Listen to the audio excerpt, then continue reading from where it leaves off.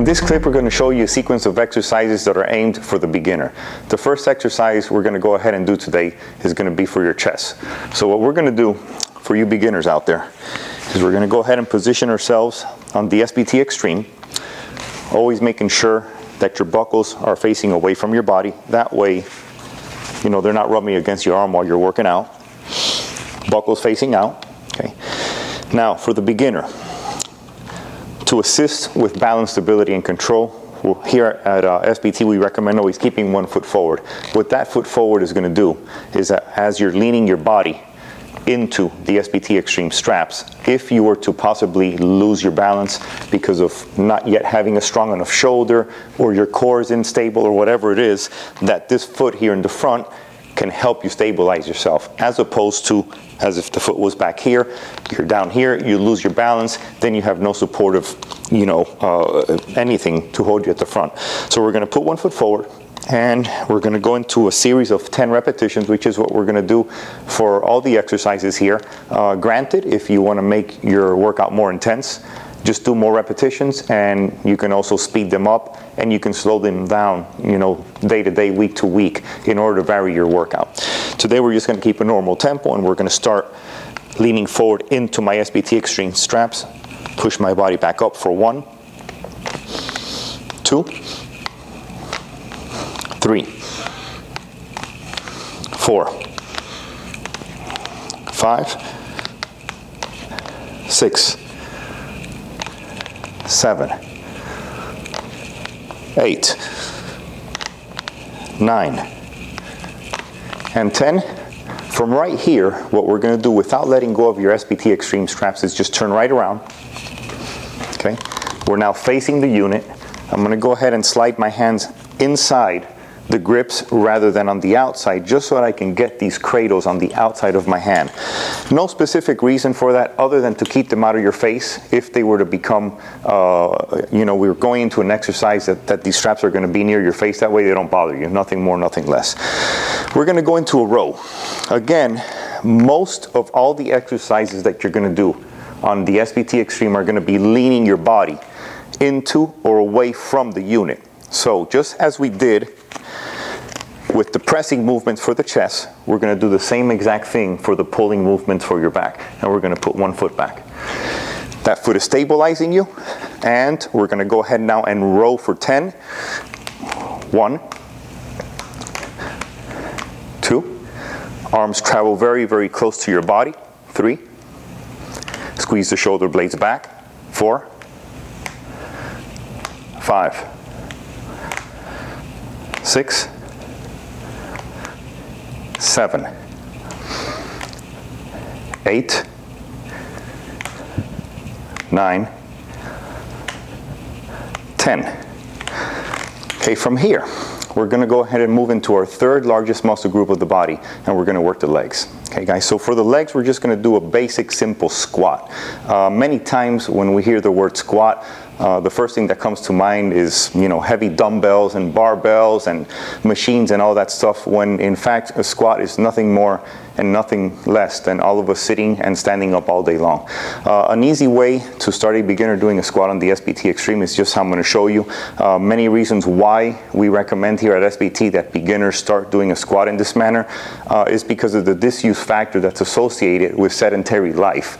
When a person has an exercise for a long time, they lose the normal function of, you know, hip and abs and ankles and knees and you know, all the muscles that synergistically have to work together to help you stand up and sit down. So a lot of people end up actually, when they're going to sit down, instead of letting their butt come back as in a chair position, they let their knees come forward.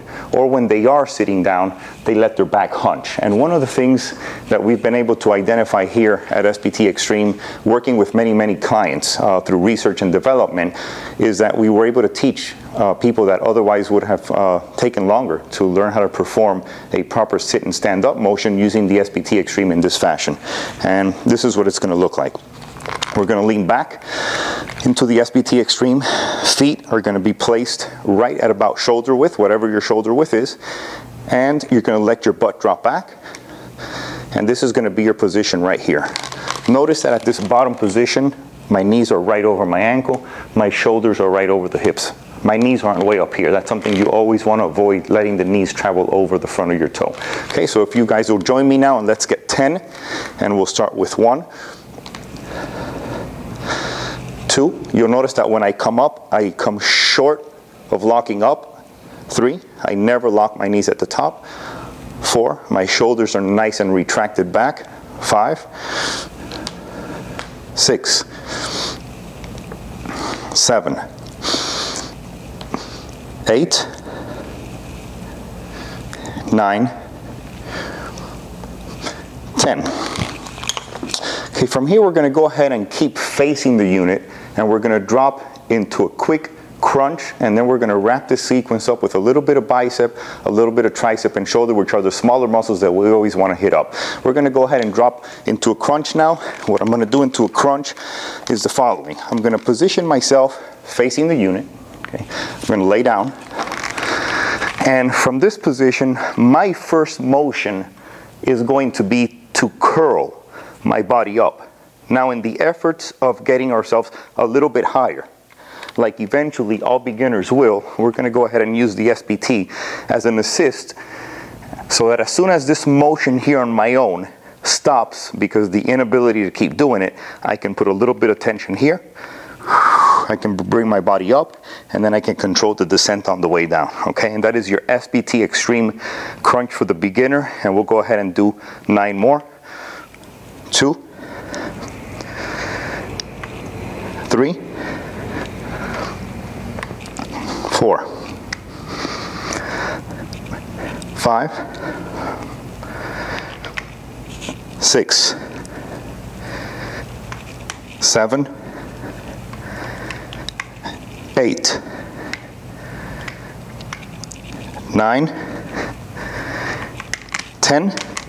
We'll stand ourselves up, and just as we did with the movement for the back, where I'm going to let my body recline back, I'm going to put 1 foot back for support, and we're going to do a little bit of bicep curl where your arms are going to stay parallel to the floor.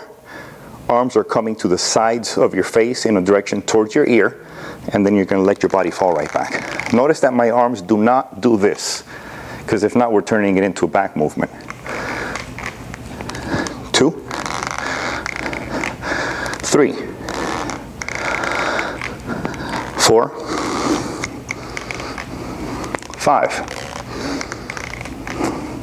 6, 7,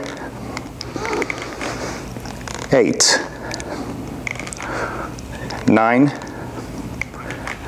and 10. From here we can do the same thing we did earlier. We can just swivel around. This is what we call the SBT swivel. We're going to go into a little bit of tricep movement. Tricep, 1 foot forward. Always keep your body safe. This is your stabilizing position right here. And we're going to let the body lean forward. Arms parallel to the floor. Hands to the side of your face. And 1. And 2. And 3. And 4. 5, 6, 7,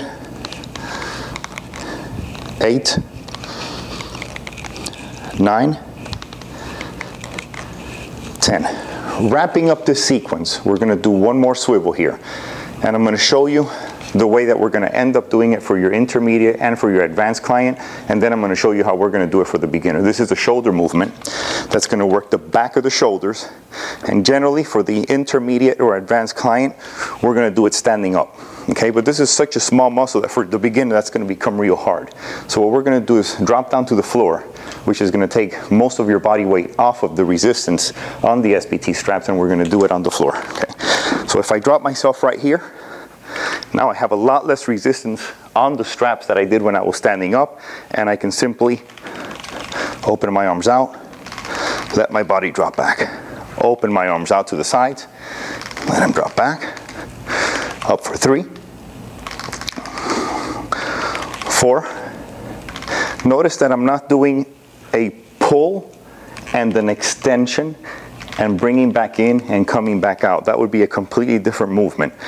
We're keeping the elbows locked and we're letting the body come back. 6, 7, 8, 9, and 10. Okay, and this concludes an example of a beginner workout.